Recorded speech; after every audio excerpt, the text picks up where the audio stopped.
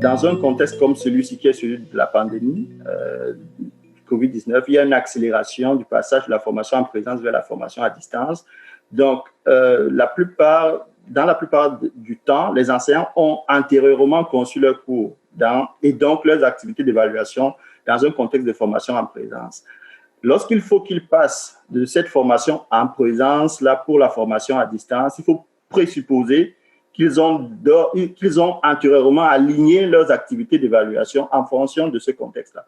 Donc, le passage apporte nécessairement des ajustements.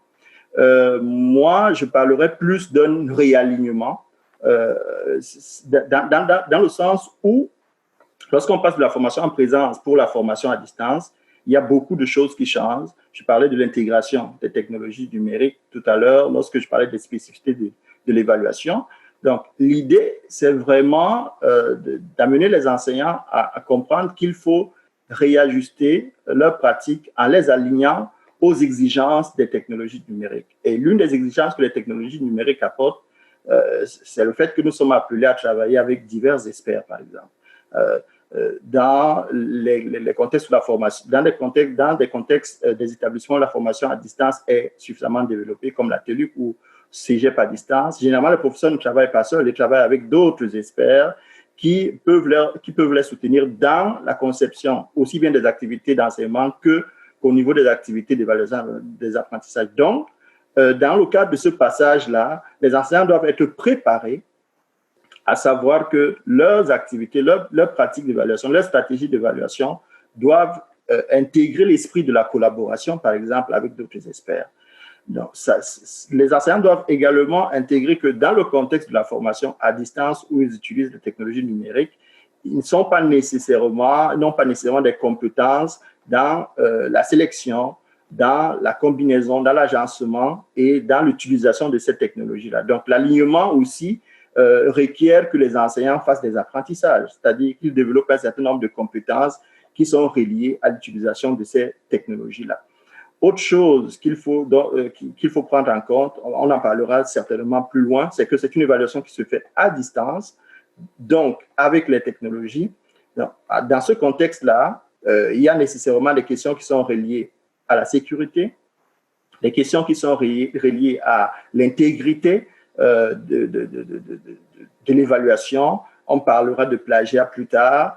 Comment est-ce qu'on aligne ces activités d'évaluation par rapport à tout ça? Il y a vraiment des stratégies spécifiques qu'il faut développer à ce niveau-là.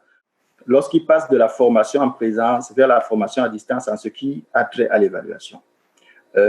Les adaptations qu'ils doivent réaliser sont reliées au fait que ces enseignants-là doivent prendre compte du fait que l'évaluation tient nécessairement compte de l'usage des technologies. L'usage des technologies, modifiant le rapport au savoir, nécessite que les enseignants alignent leurs pratiques ou leurs activités d'évaluation à une nouvelle culture de l'évaluation, c'est-à-dire à une évaluation qui est plus centrée sur l'accompagnement, sur le soutien à l'apprentissage. Et c'est ce qui nous amène à aborder la question de la rétroaction ici.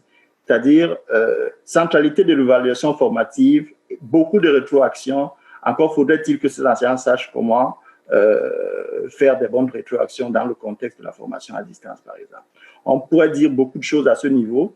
On pourrait aussi dire que lorsqu'on passe de la formation en présence vers la formation à distance, les natures des médiations et des médiatisations changent complètement parce que dans le contexte de la formation à distance, il y a beaucoup plus de ressources à mobiliser. Ça suscite généralement au niveau des pratiques enseignantes, à ce qui a trait à l'évaluation, des alourdissements. Donc, des ajustements qui doivent être apportés ici au niveau des pratiques évaluatives sont reliés au fait que l'alignement doit tenir compte du fait qu'en formation à distance, à ce qui a trait à l'évaluation, par exemple, le nombre de rétroactions va augmenter, le nombre d'évaluations des tâches à proposer dans le cadre des évaluations va augmenter. Donc, ce sont des alignements à faire.